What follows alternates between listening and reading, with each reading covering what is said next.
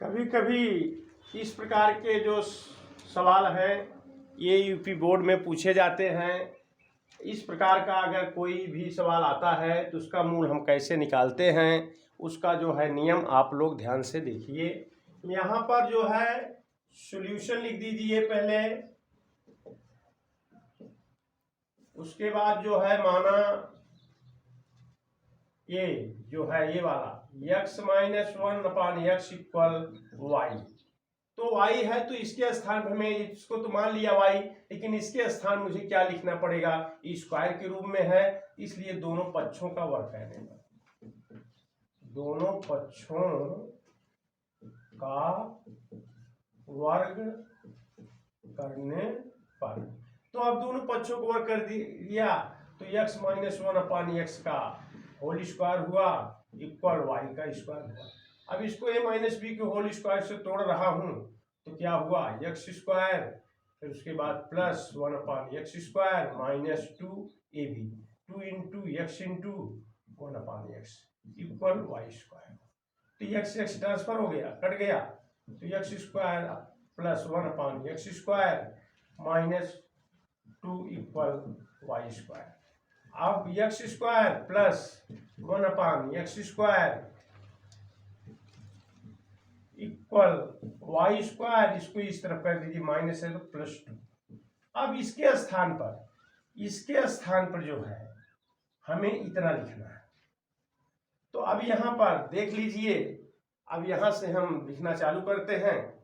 तो अब ये 8 है तो ये उतार लिया, फिर उसके बाद जो है कोष्टक लगा, इसके स्थान पे मैंने ये रख दिया y स्क्वायर +2, और उसके बाद जो है अभी बंद कर दिया, ये माइनस है तो माइनस लगा दिया, 42 है तो 42 लिख दिया, इसके स्थान पे हमने y माना था, y लिख दिया, फिर उसके बाद +29 इक्वल 0, इस तरह का हो गया।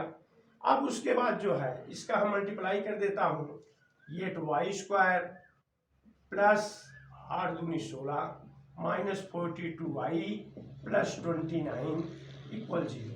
अब इसके बाद इसका सजाती पद तो ये और ये है, तो 8y स्क्वायर माइनस 42y, ये जुड़ जाएगा क्योंकि समान चिन्ह है, प्लस 9 × 15 2 3 45 इक्वल 0।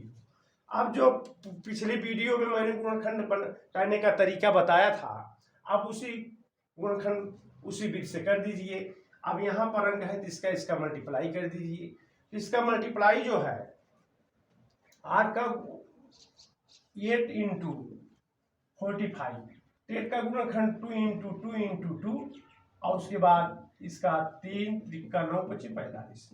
इसमें हमको दो भाग करना है, ताकि यहाँ प्लस है तो जोड़ने पर मुझे ये मिलना चाहिए। तो 5 × 3 = 15, 15 दूनी 30 ये हुआ। अब उसके बाद 3 दूनी 6 दूनी 12, तो हम यहाँ पर 12 जोड़ देता हूँ तो इसमें 42 आ जाता है, तो यही लागू होगा। तो मैंने लिखा है यहाँ 8y स्क्वायर माइनस, फिर उसके बाद यहाँ पर y प्लस 45 इक्वल 0। अब यहाँ पर क्या लिखूंगा, यहाँ पर 30 + 12, 30 + 12। अब उसके बाद इसको कोष्टक को तोड़ दीजिए, 8y स्क्वायर माइनस, इसका मल्टीप्लाई करो 30y, फिर माइनस प्लस का माइनस, फिर इसमें 12 में करो 12y हुआ, एक बार इसमें गुणा फिर एक बार इसमें गुणा, और साथ साथ जो है इस चिन्ह भी जो है इसको बदल दीजिए। अब उसके बाद प्लस 45 इक्वल 0। अब इसमें हमने को कॉमन लेना पड़ेगा, कॉमन लेने का तरीका भी बताया गया था। तो कॉमन लेने का तरीका जो है, पहला पद हमने उतार लिया, तो 8 जो है 2 दूना 4 दूना 8, y 2 बार है 2 बार लिखा, फिर उसके बाद जो है ये दूसरा वाला पद उतार लिया, ये दूसरा वाला पद, तो ये हो गया 2 3 6 5 30 इंटू y हो गया। अब उसके बाद इसमें 2 मिला 2 लिया, और उसके बाद y मिला y लिया, और नहीं मिला, और इसमें 3 5 है, इसमें 2 2 है, y नहीं, तो 2y कॉमन ले लिया। इस तरह से कॉमन लिया जाए। अब 2y में तो y से इसमें भाग देते हैं, जो आता है वही लिखते हैं, तो भाग देने पर यही आएगा 2 दूना 4 और y, यहाँ 4y आ गया, माइनस है तो माइनस, यहाँ 30 वाले में क्या 5 तिहाई 15, तो यहाँ हमने 15 ले लिया 50 लिखा। तो उसके बाद इसी तरह से इसमें कॉमन लेना पड़ेगा, तो यहाँ पर माइनस, यहाँ पर 3 कॉमन लेना पड़ेगा, तो 3 कॉमन ले लिया, फिर 3 चौक 12, फिर उसके बाद माइनस से प्लस में भाग देंगे तो माइनस आएगा, फिर इसमें भाग दें 45 में 3 का भाग देंगे, 3 1 के 3, 3 5 15, ये हुआ इक्वल 0। अब उसके बाद दोनों कोष्टक के दोनों सेम हैं, इसलिए फिर कॉमन लीजिए, या तो दोनों में से एक जो है लिख दीजिए ये, और इनटू का चिन्ह लगा करके इसको एक कोष्टक में लगा लिख दो, आपका एक गुणनखंड तैयार हो गया। अब उसके बाद जो है 4y इक्वल यहाँ पर 15 लिखा जाएगा, क्योंकि माइनस है, या ऐसा लिख दीजिए एक बार -15 इक्वल 0, इसमें लिख दीजिए 2y -3 इक्वल 0। इस तरह से आप लिख सकते हैं। अब आगे देखिए, अब 4y इक्वल यहाँ पर उधर ले जाएंगे बराबर कुछ तरफ, यहाँ ट्रांसपोजिशन पक्षांतर कहा जाता है ट्रांसपोजिशन, तो इसको हम 15 लिखेंगे और ये y इक्वल 15/4 होगा। तो आपका ये हुआ। और उसके बाद इसमें करते हैं 2y इक्वल 3, क्योंकि माइनस है तो उस तरफ ले जाएंगे प्लस हो जाएगा, फिर उसके बाद y इक्वल 3/2, तो ये हुआ। अब उसके बाद माना क्या गया है कि इतना y माना गया है, तो अब y के स्थान पर इतना रखेंगे, तो y के स्थान पर x - 1/x रख दिया, इसके स्थान पर मैंने इतना रख दिया बड़ा इक्वल, ये भी उतार लिया। फिर उसके बाद वही क्रिया इसमें होगा, तो x के स्थान पर वही रखेंगे, x - 1/x इक्वल 3/2 होगा। अब इसका फिर करना है, तो इसका करना है, इसका एलसीएम ले लो x, तो इसका गुणा हो गया x² - 1 इक्वल 15/4। तो उसी तरह से इसका त्रिय गुणा कर दो, इसका इसमें गुणा कर दो, 4x² - 4 इक्वल 15x। अब इधर ले लो, उसी तरह से इसको भी कर दो, तो x एलसीएम लिया, x² - 1 इक्वल 3/2। अब इसमें क्या है, इसमें इसका गुणा कर दीजिए 2x² - 2, अब इसका इसमें गुणा करके बीच में बराबर का चिन्ह लिख दीजिए 3x।